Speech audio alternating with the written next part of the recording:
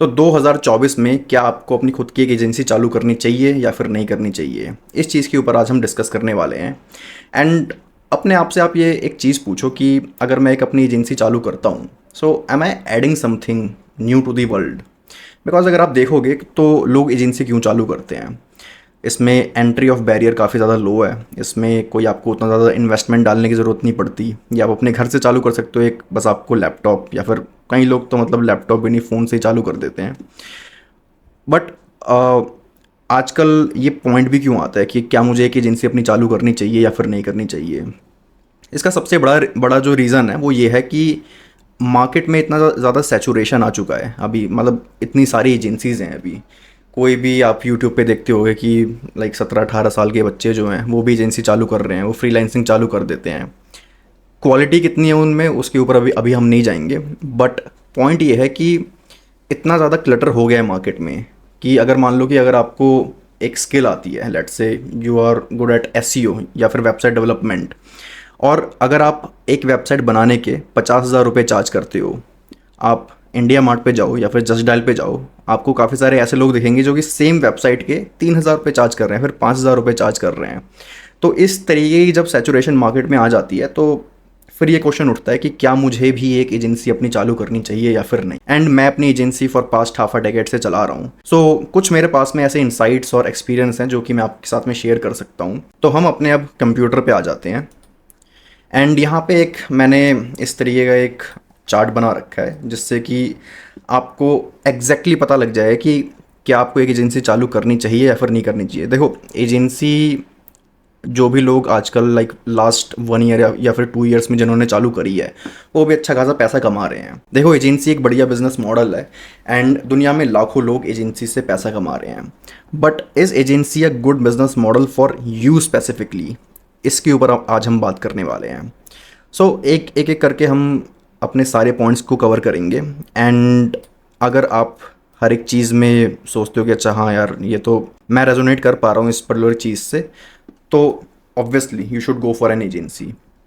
So first of all यहाँ हमारा सवाल है कि should you start an agency. And इसके बाद हमारा एक क्वेश्चन आता है कि okay, do you have any skill.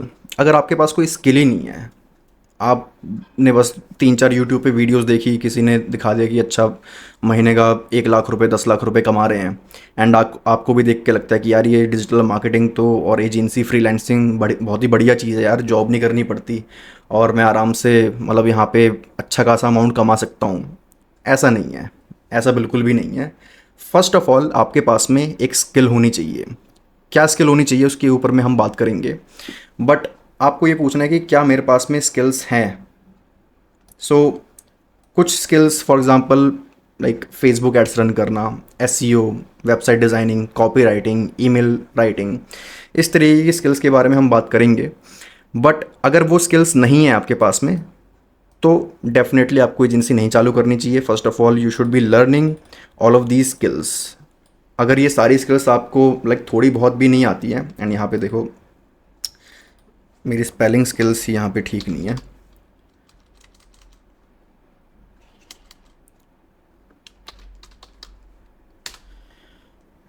सो यहाँ पे आपको अगर कोई भी आपके पास में स्किल नहीं है then you need to understand कि either you learn little bit of everything, कि आपने अच्छा ठीक है देखा, मैंने थोड़ा बहुत फेसबुक ऐड सीख के देखा, देन मैंने थोड़ा बहुत गूगल ऐड सीख के देखा, वीडियो एडिटिंग थोड़ा बहुत करके देखा। एंड मैं ये बात कर रहा हूँ उस एज ग्रुप की जहाँ पे कि आप अपने कॉलेज से पास आउट हुए या फिर अभी आप कॉलेज में ही हो एंड अभी आपके पास में एम्पल अमाउंट ऑफ टाइम है एक्सपेरिमेंट करने के लिए। मैं ये तब की बात नहीं कर रहा जब आप या फिर 30s में हो, अपने 40s में हो, और तब आप सोच रहे हो कि यार क्या मैं अब कोई स्किल सीखूं और फिर मैं, एंड जो कि कर सकते हो आप, but this is more for people who are either in the college या फिर आप अपने 20s या फिर लेट 20s में हो, अर्ली 30s में हो, then you should consider this. अगर आपके पास में स्किल नहीं है, आप स्किल सीखो एंड देन कहीं पे जॉब करो। जॉब करने के बाद में आपको वहाँ पे कुछ एक्सपीरियंस मिलेगा, कॉर्पोरेट एक्सपीरियंस मिलेगा आपको। एंड देन जब आपको समझ में आ जाए कि अच्छा कि क्लाइंट की क्या एक्सपेक्टेशंस होती हैं, उसकी जो रिक्वायरमेंट है उसकी उसको फुलफ़िल करना एक चीज़ है, एंड क्लाइंट को सेटिस्फाई करना अपने एक सिंगल क्रिएटिव से या फिर एक वीडियो से वो एक दूसरी चीज़ है, राइट। सो अगर आपके पास में कोई भी स्किल नहीं है then focus on learning some new skills. काफ़ी सारे कोर्सेज मार्केट में हैं, यूट्यूब पे काफ़ी सारी अच्छे अच्छे वीडियोज़ हैं। Go there and do not start an agency right away. आप मतलब बिल्कुल डीमोटिवेट हो जाओगे and I don't recommend it. But let's say कि आपके पास में कोई स्किल है नाउ। अगर आपके पास में लेट्स से कोई भी स्किल है, लेट्स से ईमेल मार्केटिंग या फिर वेबसाइट डेवलपमेंट या फिर video editing, animation, graphic design, कुछ भी, आपको अब अपने आप से दूसरा सवाल ये पूछना है कि क्या मैं क्लाइंट ला सकता हूँ अपनी एजेंसी में? क्या मेरे पास में ये स्किल है कि मैं अपनी एजेंसी में क्लाइंट लेके आ जाऊँ? सी काफ़ी लोगों को क्या लगता है कि अच्छा यार मुझे वेबसाइट डिज़ाइनिंग आता है, मुझे वीडियो एडिटिंग आता है, अब मैं एक काम करता हूँ, काफ़ी ज़्यादा मैंने यहाँ वहाँ जॉब कर लिया, 15-20 हज़ार रुपये कमा लिए, अब मैं खुद का एजेंसी चालू करूँगा या फिर एक फ्रीलांसर बनूँगा और मैं खुद लाखों रुपए कमाऊँगा। नहीं भाई, आपको सबसे पहले ये देखना पड़ेगा कि आपको खुद क्लाइंट्स कैसे लाने हैं। अगर आपके पास में ये स्किल नहीं है कि क्लाइंट्स कैसे ला पाओ then again you are going to fail. And agency चलाने का जो सबसे बड़ा एक मैं आपको बोलूँगा सबसे सबसे ज़्यादा जो आपका टाइम जाने वाला है जहाँ पे, और सबसे ज़्यादा आपको मेहनत करने की ज़रूरत है, वो है क्लाइंट कैसे आएंगे। क्लाइंट लाने के लिए यू नीड टू नो आपको सेल्स कैसे करनी है। Because understand about this thing, आपको वीडियो एडिटिंग आती है, आपको फेसबुक एड्स आता है, आपको 10 तरीके की चीज़ें आती हैं। दुनिया में करोड़ों लोग हैं जिनको वो सेम स्किल्स आती हैं। अब अगर मैं एक क्लाइंट हूँ और मुझे कोई अपनी वीडियो है वो एडिट करवानी है और मैं आपसे बात करता हूँ और मैं फिर आपसे बात करने के बाद में 10 और लोगों से बात करता हूँ, और मतलब सोच लो कि भाई मेरा दिमाग ख़राब हो गया, मैं इंडिया मार्ट पे भी चले जाता हूँ, वहाँ पे मुझे दिखता है कि भैया कोई 100 रुपये में वीडियो एडिट कर रहा है। तो how do you convince me कि यार आप उस 10 लोगों से काम मत करवाओ, आप मुझसे काम करवाओ। सो वो सारी जो स्किल्स है वो आ जाती है सेल्स में। You need to have this. And ज़रूरी नहीं है कि ऑब्वियसली आपको एकदम से सेल्स की स्किल्स आ जाएंगी, obviously not, but you need to learn the skills over time. आप इसीलिए अगर आपके पास ये सेल्स की स्किल भी नहीं है, आई हाईली रिकमेंड या तो आप थोड़े टाइम के लिए कुछ लाइक 7-8 महीनों के लिए या फिर 1 साल के लिए कहीं पे जॉब करो जहाँ पे कि और स्पेशली वो एजेंसी होनी चाहिए, और वहाँ पे जो भी सेल्स का डिपार्टमेंट है आप वहाँ पे दोस्त बनाओ अपने, उनसे देखो कि अच्छा वो किस तरीके से क्लाइंट से बात करते हैं, किस तरीके से वो अपनी पीपीटीज़ बनाते हैं, और वो सारा कुछ देखने के बाद में आपको थोड़ा बहुत आइडिया होगा कि अच्छा यार मुझे एक स्किल आती है। बट ऐसा ज़रूरी नहीं है कि आपको अगर वो स्किल आती है तो आपके पास क्लाइंट्स भी आ जाएंगे। क्लाइंट्स लाना अपने आप में एक बहुत बड़ी स्किल है, और एजेंसी का सक्सेस होना या फिर फेल होना इस बात पे डिपेंड नहीं करता कि आपको फेसबुक ऐड कितना आता है या फिर आपको ग्राफिक डिज़ाइन कितना आता है। ये डिपेंड करता है कि आपके पास क्लाइंट्स कितने आ रहे हैं। सो एक कहावत है कि the best product doesn't always win. And यही वो बात है कि मतलब आपने देखा होगा या फिर आपने अपने आसपास नोटिस किया होगा कि यार यार ये बंदा है, इसको तो यार मेरे से भी यार कम मार्केटिंग आती है या फिर कम फेसबुक एड्स एसईओ आता है, और यार इसके पास इतने सारे क्लाइंट्स कैसे हैं, मतलब ये रिजल्ट भी नहीं दे पा रहा अपने क्लाइंट्स को, और मैं यहाँ पे मतलब इतना बढ़िया अपना स्किल डेवलपमेंट करके बैठा हुआ हूँ, सब कुछ मेरे को आता है और मेरे पास क्लाइंट्स ही नहीं आ रहे। So that's what I am trying to say कि सेल्स एंड क्लाइंट्स लाना अपने आप में एक बहुत ही अलग स्किल है। आपको सेल्स आनी चाहिए, देन आपको कोल्ड ईमेल्स आना चाहिए, किस तरीके से आप एड्स के थ्रू लाइक आप फनल्स बनाओगे उसके थ्रू आपके पास में क्लाइंट्स आएंगे, कॉपी राइटिंग आपको आनी चाहिए। सो ये लाइक कुछ ही चीज़ें हैं, आई मीन इसके ऊपर काफ़ी ज़्यादा बात हो सकती है, but all these things are required in order to bring clients in the agency. So अगर ये भी आपके पास में नहीं है तो मे बी आप फ्रीलांसिंग जर्नी अपनी चालू करोगे, लाइक 2-3 आप किसी बिजनेस ओनर्स को जानते हो या फिर आपके फैमिली में कोई है, आप उनके लिए फ्री में काम कर रहे हो, आपने अपना पोर्टफोलियो बना लिया, थोड़ी बहुत आपकी हेल्प हो जाएगी। मतलब जो लोग कहते हैं ना कि अच्छा अपने फैमिली फ्रेंड्स तक तो मतलब होते होंगे, मतलब जब मैंने एजेंसी चालू करी थी तो मेरे आसपास मतलब ऐसे कोई लोग नहीं थे जो कि जिनको मैं रीच आउट कर सकूं, बट उस टाइम पे मैंने कोल्ड ईमेल्स सीखी थी, तो कोल्ड ईमेल से काफ़ी अच्छे क्लाइंट्स मिल गए थे मुझे। एंड सेल्स में धीरे धीरे सीखा, एंड ये एक जर्नी है, आप कभी भी एकदम बेस्ट नहीं बनोगे हर एक चीज़ में, बट इनिशियली आप अगर आपके पास इनमें से या फिर और भी कोई अगर स्किल्स हैं, then you can start your freelancing journey. आप जॉब करते करते भी स्टार्ट कर सकते हो, एंड देन ओवर टाइम आप ये चीज़ें सीख ही जाओगे। And it is not a matter of if you want to learn it और नॉट, आपको ये सीखना ही पड़ेगा। अगर आप ये नहीं सीखते एंड आप सोचते हो कि अच्छा मेरे पास एक दो क्लाइंट आ जाए मैं खुश रह लूँगा उसमें, ऐसा नहीं होने वाला। Now let's come to another point, are skills enough. तो ठीक है, आपने एक स्किल सीख लिया, दैट्स से आपको फेसबुक एड्स या फिर वीडियो एडिटिंग काफ़ी अच्छे से आ गई। अब क्या? सो सेम जो मैंने बात करी कि फेसबुक ऐड चलाने वाले काफ़ी सारे लोग हैं, आप अकेले नहीं हो फेसबुक ऐड जो चला रहे हो। दुनिया में लाखों लोग होंगे जो कि फेसबुक ऐड जानते हैं और वो फेसबुक ऐड चला रहे हैं। बट आज का सिनेरियो कैसा है ना कि देखो, अगर आप एक जनरलाइज्ड अप्रोच लोगे कि यार मैं मेरी जो एजेंसी है वो 10 काम करती है, वो आपके लिए ईमेल मार्केटिंग भी कर देगी, आपको ई कॉमर्स का काम करवाना है वो भी कर देगी, आपको वेबसाइट बनवाना है वो भी कर देगी, आपको एसईओ करवाना है वो भी कर देगी, आपको पीआर करवाना है वो भी कर देगी। तो इस तरीके की एजेंसीज़ ही बहुत सारी है। अगर आप मार्केट में देखने जाओगे या फिर नॉर्मल आप like marketing agencies in India search करोगे, मोस्ट ऑफ द एजेंसीज आपको ऐसी मिलेंगी जो कि सारा काम करती हैं। एंड ऐसा नहीं है कि इनमें से जो सारी एजेंसीज है वो सारी मतलब अच्छी नहीं है और या फिर उनको क्लाइंट्स नहीं मिलते। ऑब्वियसली जो 10 साल 20 साल से एजेंसीज चल रही हैं उनके पास क्लाइंट्स हैं, बिकॉज उनके पास वो क्रेडिबिलिटी है।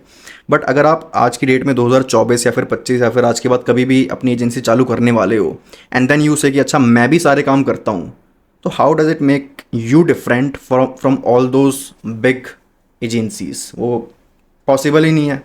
एंड देन आपको ये सोचना पड़ेगा कि अच्छा मैं अपने आप को एक पर्टिकुलर इंडस्ट्री में या फिर एक पर्टिकुलर स्किल सेट में अच्छा कैसे बनाऊँ, मतलब आपको अपने आप को पोजीशन करना पड़ेगा। सो फॉर एग्जांपल काफ़ी सारी आजकल एजेंसी है जो कि सिर्फ ई कॉमर्स ब्रांड्स के साथ ही काम करती है, जो सिर्फ D2C ब्रांड्स के साथ काम करती है, या फिर ऐसी काफ़ी सारी एजेंसी है जो कि इसमें भी काफ़ी ज़्यादा नीश्ड है कि ई कॉमर्स जो ब्रांड्स हैं उनकी वेबसाइट का कन्वर्जन रेट ऑप्टिमाइजेशन करती है, सिर्फ CRO ही करती हैं। एंड बहुत अच्छा मतलब ये एक नीश है अगर इसमें आप जाना चाहोगे तो। Then lead generation for interior designers, आप एक एजेंसी हो जो कि सिर्फ इंटीरियर डिज़ाइनर के लिए ही लीड जनरेट करते हो। अगेन आपके पास अगर 20 इंटीरियर डिज़ाइनर के क्लाइंट्स हैं और एक दूसरी एजेंसी है उसके पास में सिर्फ 2 इंटीरियर डिज़ाइनर के क्लाइंट्स हैं, एंड देन उनके पास में 50 और क्लाइंट्स हैं जो कि अलग अलग नीशेस में है, dentist, chiropractors, ecommerce. Then अगर कोई इंटीरियर डिज़ाइनर देखता है कि अच्छा यार इसके पास में 20 सिर्फ इंटीरियर डिज़ाइनर के ही क्लाइंट्स हैं और उसके पास में हर तरीके के क्लाइंट हैं, who do you think they are going to work with? Obviously जिसके पास में 20 इंटीरियर डिज़ाइनर के क्लाइंट्स हैं। So then UGC ads for ecommerce, आप सिर्फ वीडियो एड्स बना रहे हो ई कॉमर्स ब्रांड्स के लिए, आजकल ये काफ़ी ज़्यादा चल रहे हैं एंड इसके ऊपर मैं और ज़्यादा बात कर सकता हूँ ये क्यों इतना ज़्यादा अच्छा चल रहा है। बट अगर आप आपकी वीडियो एडिटिंग स्किल्स, आपकी कॉपीराइटिंग स्किल्स बहुत ज़्यादा अच्छी है, then this is also a pretty good niche. Then lead generation for SaaS, similarly जैसे इंटीरियर डिज़ाइनर्स के लिए, तो आप सिर्फ लीड जनरेशन करते हो सैस के लिए। सो इनमें से और ये लाइक कुछ चुनिंदा ही मैंने यहाँ पे लिखे हुए हैं, मतलब ऐसे काफ़ी सारे लाइक नीश एजेंसीज़ हैं जो कि सिर्फ एक पर्टिकुलर सर्विस में या फिर एक पर्टिकुलर इंडस्ट्री में एक्सपर्टीज़ रखते हैं। अब करना क्या पड़ेगा कि आप कोई सा भी नीश चुनते हो, राइट? आपने लेट्स से कि CRO फॉर ई कॉमर्स चुना। अब इसमें आपके पास में इससे रिलेटेड, इस एजेंसी से रिलेटेड आपके पास में स्किल होनी चाहिए। लाइक काफ़ी सारे लोग को लगता है कि अच्छा मैं एजेंसी चालू करूँगा और मुझे कन्वर्जन रेट ऑप्टिमाइजेशन के बारे में कुछ भी नहीं पता, बट मैं करूँगा कि यार मैं एक ना बंदे को हायर कर लूँगा। तो मुझे एक बात बताओ कि जब आपको ही खुद ही नहीं पता कि ये काम कैसे करता है, CRO क्या होता है, और आप किसी को हायर करोगे तो वो तो काम करने नहीं वाला ना। मतलब आपको सबसे पहले उस चीज़ की नॉलेज होनी चाहिए अगर आप स्क्रैच से चालू कर रहे हो तो। एंड देन आपको for example copy writing, design, analytics, कौन सा बटन कहाँ लगेगा, क्या कलर होना चाहिए, लाइक इन सारी चीज़ों के बारे में बहुत ज़्यादा ज्ञान होना चाहिए। एंड तभी ओनली तभी जब आप क्लाइंट से मीटिंग करोगे तो आप उस क्लाइंट को समझा सकते हो कि अच्छा अभी जो आपका पेज है ये बना हुआ है, इसमें क्या कमियां हैं, right. And then for example UGC ads for ecommerce, अगर आप वीडियो एड्स बना रहे हो ई कॉमर्स ब्रांड्स के लिए तो आपको स्टोरी टेलिंग के बारे में पता होना चाहिए, कॉपी राइटिंग, हुक्स क्या होती है, लाइटिंग, कैमरा, आपको टीम कैसे मैनेज करनी है, बिकॉज आपको काफ़ी सारे इन्फ्लुएंसर से मे बी वो वीडियोज़ बनवानी पड़ेंगी। So what I'm trying to say here is that skills are not enough in today's time. आपको ये समझना पड़ेगा कि जिस टाइप की एजेंसी आप चालू करने वाले हो उसमें भी आपकी सब नीश क्या है, क्योंकि initially it is very much fine कि अगर आपको लेट्स से अगर आप बोलते हो कि अच्छा यार मैं सिर्फ UGC ads for ecommerce करूँगा, आपको काफ़ी ब्रांड्स मिल जाएंगे, काफ़ी अच्छे आपको यहाँ पे क्लाइंट्स मिल जाएंगे। लेकिन वहीं कोई ऐसा क्लाइंट आता है वो बोलते हैं यार मेरे को ना आप रियल एस्टेट का मेरा काम है, आप मेरे लिए लीड जनरेशन कर सकते हो क्या, किसी ने रेफ़र किया है, तो क्या आप ना लो ऐसे क्लाइंट को। मेरी एडवाइस है कि आप जब स्टार्टिंग कर रहे हो तो ऑब्वियसली आप ले लो ऐसे क्लाइंट को, क्योंकि उस टाइम पे आपको अपना रेवेन्यू देखना है, अपना प्रॉफिट देखना है। बट डाउन द लाइन इसका फ़ायदा क्या होता है ये सब निशेस बनाने का, कि जब आप अपनी एजेंसी स्केल करते हो सो एट अ सर्टेन पॉइंट जब आपके पास में लेट से सिर्फ 2-3 लोग ही काम कर रहे हैं तो उस टाइम पे आपका लाइक 50-60% प्रॉफिट मार्जिन आराम से बच जाता है। बट जब आपकी एजेंसी स्केल होती है, फॉर एग्जांपल आपकी एजेंसी में अब 100 बंदे हैं, उस टाइम पे क्या होगा कि आपका जो प्रॉफिट मार्जिन है वो इतना थिन हो जाएगा कि क्योंकि और वो थिन क्यों हो जाएगा, क्योंकि आप 10 तरीके क्लाइंट्स के साथ काम कर रहे हो। अब लेट से कि आप ई कॉमर्स के साथ भी काम कर रहे हो और फिर आपके पास कोई B2B बिजनेस आता है जो कि किसी का उसका कोई सैस का प्रोडक्ट है, उसको ईमेल मार्केटिंग करवानी है अपने लाखों सब्सक्राइबर्स के लिए, एंड देन आपके पास में वो स्केल ही नहीं है। फिर आप ऐसे बंदे को ढूंढोगे जो कि ऐसा कोई काम मेरे लिए कर सके, या फिर कोई आपके पास क्लाइंट आते हैं वो बोलते हैं यार मेरे को ना ब्लिंकिट जैसा ऐप बनाना है। अब आप सोचोगे अच्छा ये मेरे पास में क्लाइंट आ गया, हो सकता है कि फ्यूचर में भी आए, अब आप हायरिंग चालू कर दोगे उसके लिए या फिर किसी से टाई अप करोगे। तो when you spread yourself too thin तब आपका जो मार्जिन है वो काफ़ी ज़्यादा थिन होने लगता है। एंड इसी की वजह से आई एडवाइस कि जब आप स्टार्ट कर रहे हो और आपको जब स्केल भी करना होगा, आप एक तरीके के क्लाइंट्स के साथ में अगर काम करते हो, आपके पास में कुछ काफ़ी सारे प्लेबुक्स और सिस्टम्स बन जाते हैं। आपको समझ में आ जाता है कि अच्छा यार ये क्लाइंट आया है, इसके लिए पहले मुझे ये करना है, ये उसके बाद में 7 स्टेप्स हैं, एंड देन इसके बाद में आपके जो टीममेट्स हैं उनको भी काफ़ी ज़्यादा आसानी हो जाती है कि चलो ठीक है ये हमने पहले करा हुआ है, एज़ कम्पेयर टू आपके पास एकदम ही कोई अलग क्लाइंट आ गया, आप अलग अलग इंडस्ट्रीज़ के क्लाइंट ले रहे हो, फिर आपको खुद नॉलेज नहीं है, आप क्लाइंट को रिजल्ट भी डिलीवर नहीं कर पाओगे, and then the ship goes down. So this is very important, आपको ये सोचना पड़ेगा अगर आप कोई अपनी एजेंसी या फिर इवन फ्रीलांसिंग जर्नी चालू करने वाले हो तो। देन इसके बाद क्लाइंट मैनेजमेंट। सो ठीक है, आपने एक स्किल एक्वायर कर लिया या फिर आपके पास अभी कोई स्किल होगी भी, आपने सीख लिया कि या फिर आप अभी सीख ही रहे हो कि अच्छा क्लाइंट्स कैसे लाने हैं, आप एड्स चलाना सीख रहे हो, आप कोल्ड ईमेल करना सीख रहे हो।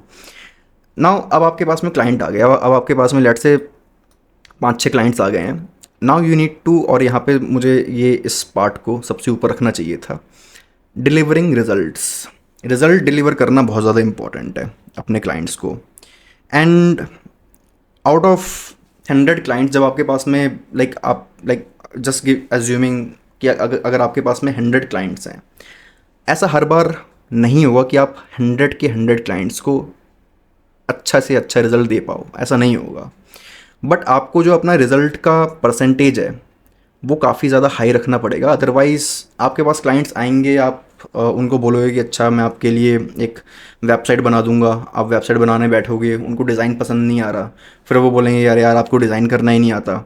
एंड इस वजह से क्या होगा कि वो कुछ 50% पेमेंट उन्होंने कर दी, आपको 50% नहीं करी है, क्लाइंट का रिलेशनशिप ख़राब हो गया, वो आपके पास से चले गए।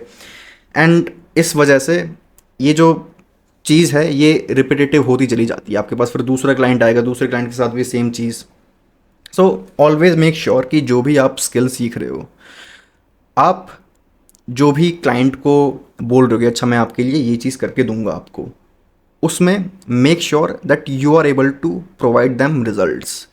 Because look, just like any product, अगर आप लेट्स से एक नलका खरीदते हो और वो नलका ख़रीद के आप घर पे लाते हो और प्लम्बर को आप बुलाते हो, और प्लम्बर बोलता है कि हाँ ये नलका तो मैं ही फिट करूँगा क्योंकि मैं प्लम्बर हूँ, और वो नलका फिट करता है, वो चले जाता है, नलका खोलते हो आप और नलका गिर के नीचे आ जाता है।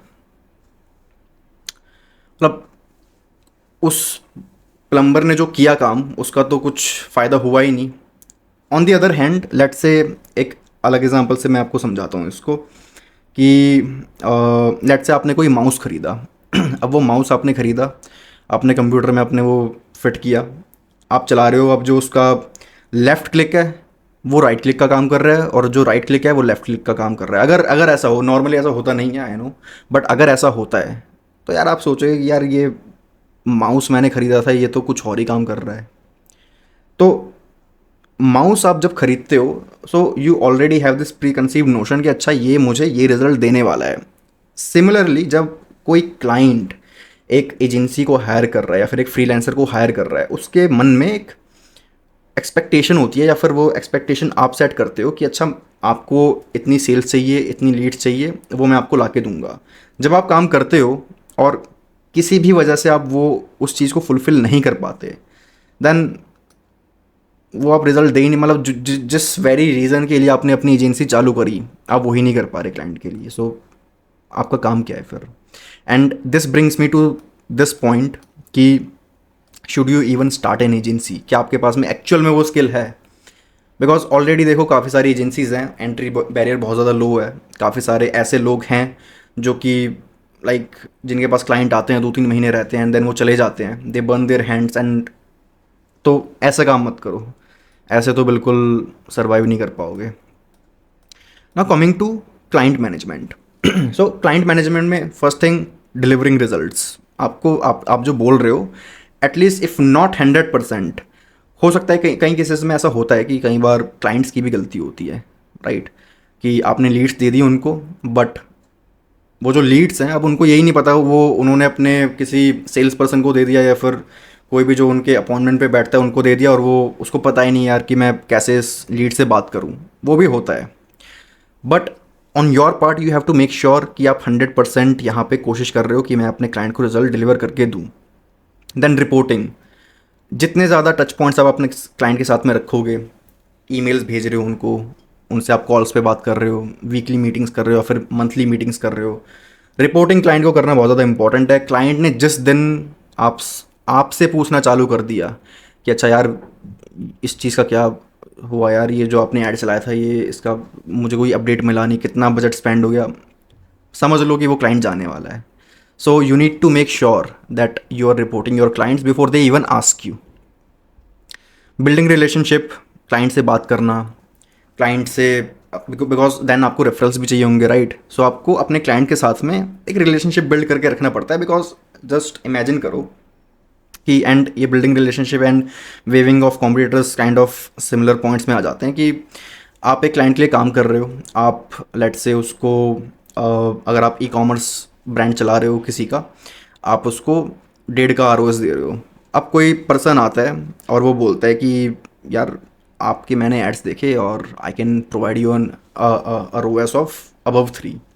उसको पता नहीं है कि आप 1.5 का दे रहे हो, एंड वो क्लाइंट क्या करता है, आपको एक दिन एक नोटिफिकेशन आता है कि यार ये जो क्लाइंट है इसने तो ऐड अकाउंट ही हटा लिया। So you need to make sure कि आप एटलीस्ट इतना तो आपका क्लाइंट के साथ में रिलेशनशिप बिल्ट है कि अगर ऐसा कुछ होता है या फिर और ये चीज़ें होती रहती हैं, राइट? आपके क्लाइंट के साथ में के पास में ऐसे ईमेल्स आते रहेंगे आपके कॉम्पिटिटर्स के, and you need to make sure कि क्लाइंट वो चीज़ें आपसे कम्युनिकेट कर रहा है कि अच्छा यार ये मुझे एक ईमेल आया, फिर मैंने इस तरीके से किसी से मीटिंग करी है एंड उसने मेरे को ये सारे पॉइंट्स बताए, what do you think about it?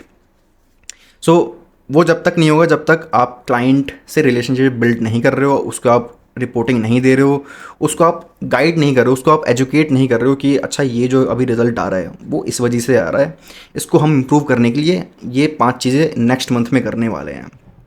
Competitors, आपके क्लाइंट्स में आपके क्लाइंट्स को डेली 10 से 20, 50, 100 डिपेंडिंग अपॉन किस तरीके का क्लाइंट है, कितना बड़ा क्लाइंट है, उसको कॉम्पिटिटर की ईमेल्स आते हैं, कॉल्स आती हैं, या फिर कोई उसका फ्रेंड है वो बोलता है अरे यार कहाँ काम करवाओ और आप यहाँ पे करवाओ। आपको ये पता होना चाहिए कि अगर ऐसा कभी कुछ होता है और ऐसा होगा तो how do you handle it?